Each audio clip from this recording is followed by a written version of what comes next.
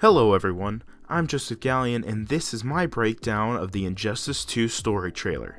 If you haven't seen the trailer yet, go ahead, click out of this video, go watch it, and then come back.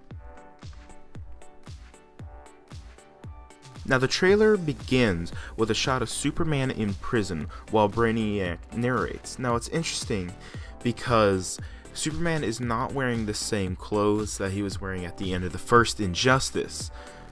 But that may just be a design choice, and we probably shouldn't look too far into it. Or unless we should, and he's actually broken out before. Who knows? Now the next shot is of Batman in his new suit, and honestly, I really like it. I think I like it a lot better than the first Injustice suit. It's kind of, I don't know, it kind of has a bit of Batman Begins in it, which is my favorite live-action Batman film, so I'm going to have a little favoritism towards it anyway. Now the next thing we see is Supergirl landing in a destroyed area. It looks like it used to be a city. Now something interesting for this story is that in this game, Supergirl has just arrived on Earth and didn't know Clark before he became the evil dictator that this universe's Superman has become. So it'll be interesting to see how that plays out.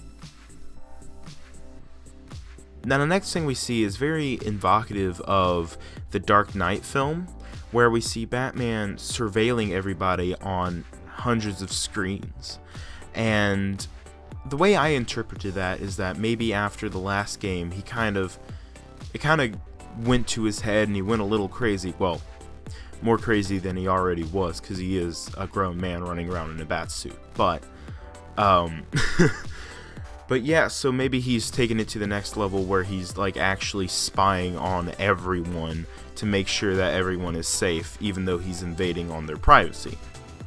Also on the screen we see Harley Quinn, who seems to be murdering somebody with a baseball bat, and Batman turns off the screen as if allowing her to do this, and it's very interesting, and I'm wondering how that's going to play out into the story if Batman is allowing certain people to kill even though he still doesn't kill himself.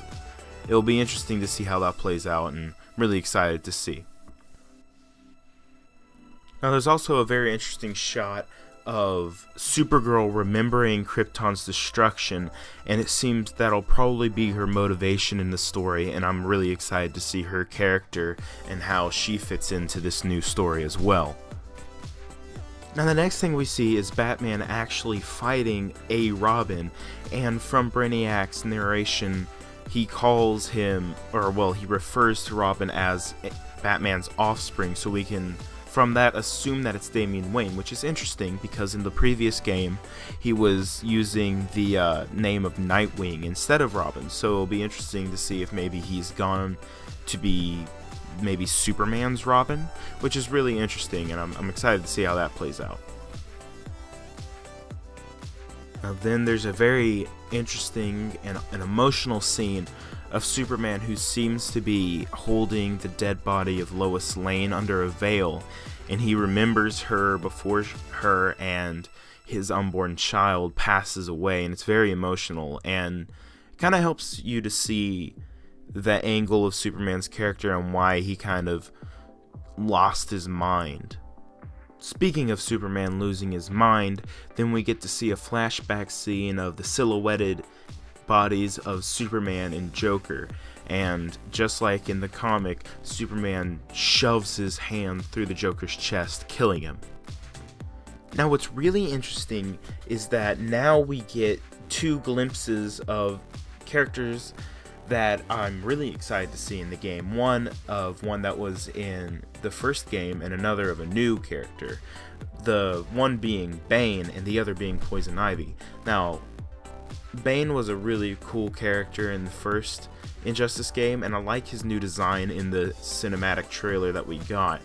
But Poison Ivy will be a new addition, and she has been confirmed to be a playable character.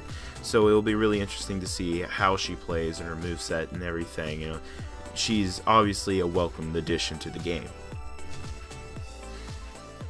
Now the next scene we see is of Wonder Woman and Supergirl fighting, until Superman and Batman arrive, which is really interesting because it makes me wonder whose side everyone is on and kind of even what the story is, because of course the main villain, which is revealed in the next shot, which is Brainiac, is coming, and he's going to be the main villain of the story. So it makes me wonder if these groups of heroes have to like begrudgingly come together again after this huge divide to work together to stop Brainiac, or if there's going to be two teams and Brainiac.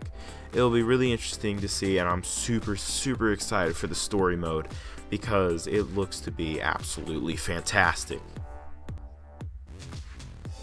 Now, as the trailer ends, we do get to see a quick little glimpse of Darkseid, who will be a DLC character that you will receive if you pre-order the game.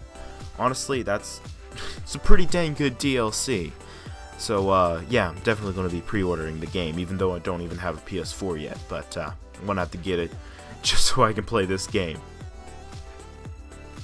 So all in all, this was an absolutely fantastic trailer, and we got to see what basically the story of the single player will be, and it showed off a few extra characters that we'll now be able to play as.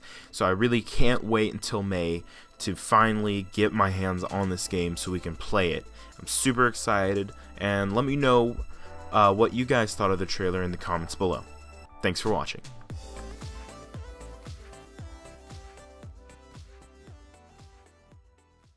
Hey everyone, Joe here. Thanks so much for watching. If you enjoyed what you saw, please subscribe so you can get notified when we upload a review, podcast, or other video. If you'd like, you can follow the channel at Heroic Power ENT on Facebook, Twitter, and Instagram. You can catch Chase at Chase.Galleon1 and me at Captain JSSG on Instagram, Twitter, and Snapchat. And for Heroic Power Entertainment, see you next time.